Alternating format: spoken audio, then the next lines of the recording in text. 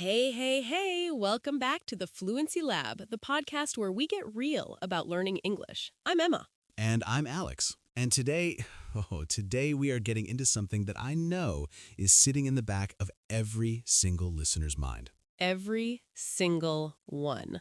How do you actually get fluent in English speaking? Like not just I can read it fluent, not I can understand Netflix fluent, but open your mouth and the words just come out fluent.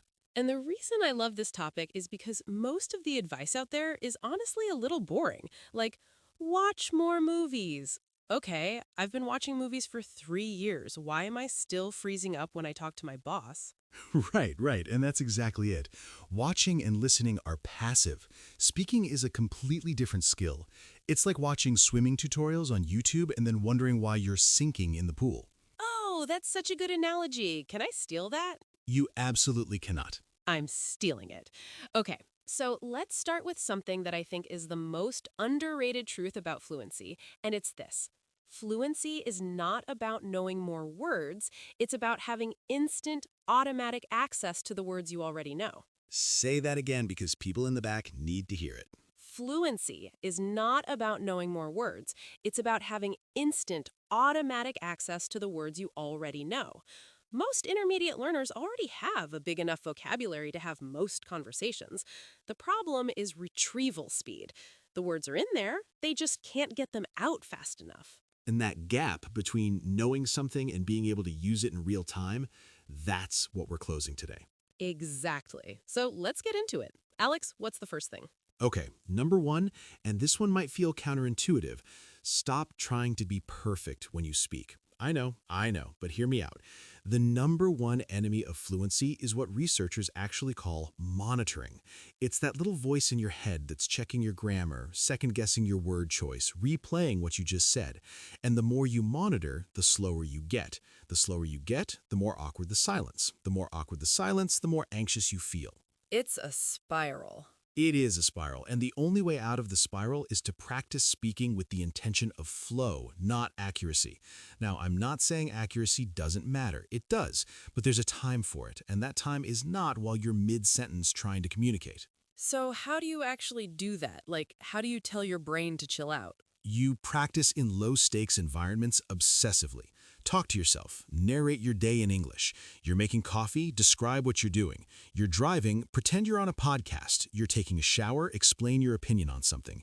Nobody's grading you. Nobody's listening. You're just building the habit of producing English automatically. I love this because I did this for Spanish, and it felt ridiculous for about a week, and then suddenly my brain started doing it on its own. Like, I'd be grocery shopping and just automatically thinking in Spanish. That's the goal, that internal monologue switch.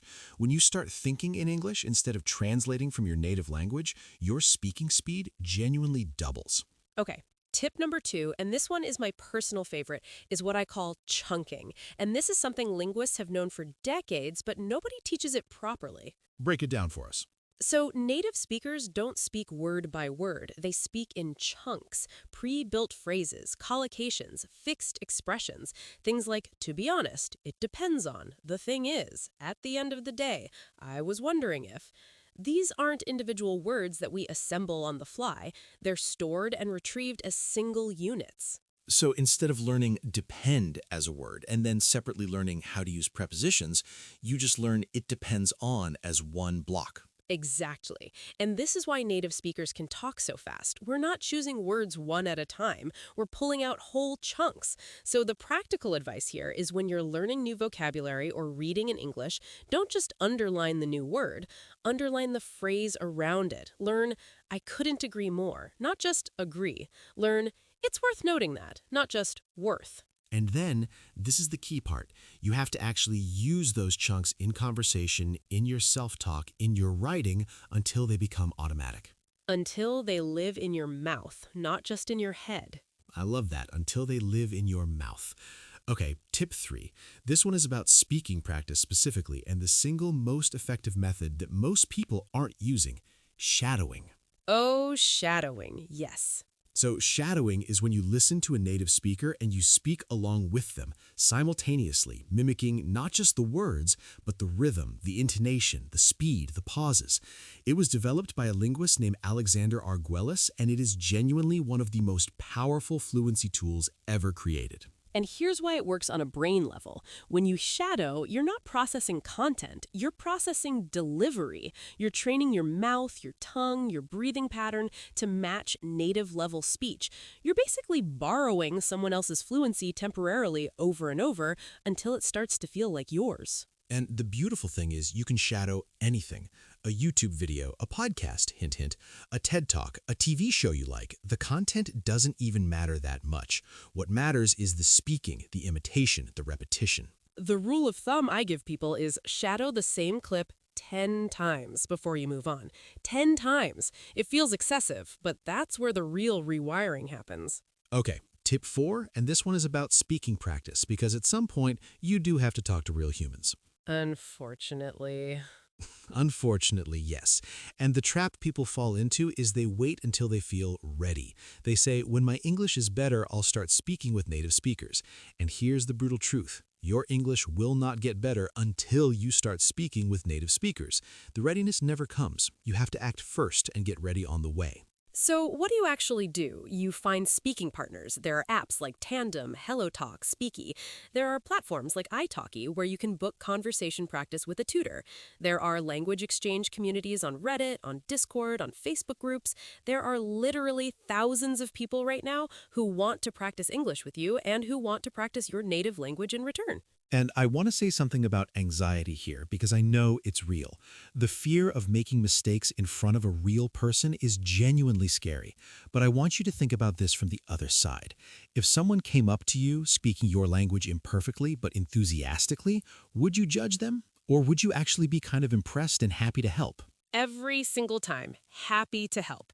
People are so much more forgiving than we think they're going to be. Every time. So extend to yourself the same grace you'd extend to them. That's genuinely beautiful advice. Okay, tip number 5, and this is the one that ties everything together. Record yourself speaking. Ooh, yes. I know, nobody wants to hear themselves, but this is non-negotiable if you want to improve fast. Here's what you do. Once a week, pick a topic. Any topic. Give yourself 1 minute to speak about it with no preparation. Just turn on your voice recorder and go. Then listen back. And you're not listening for mistakes, by the way. Well, not only mistakes. You're listening for patterns. Are you pausing a lot in the same places? Are there words you keep reaching for and can't find? Is your intonation flat? Are you speaking too quietly? These are things you genuinely cannot feel from the inside. And over months, when you go back and compare your recordings from week 1 to week 12, the growth is so visible. Or audible, I guess. It's so audible. And that visible progress is one of the most powerful motivators to keep going. Because fluency is a slow burn. There is no magic week where everything clicks. It's this gradual accumulation of hours and attempts and little improvements that one day reaches a tipping point and you realize, oh, I'm actually doing this. And I want to say that day comes for everyone who puts in the work. It comes. It's not a question of if, it's a question of when. Okay, let's do a quick recap because we covered a lot today. We did. Okay.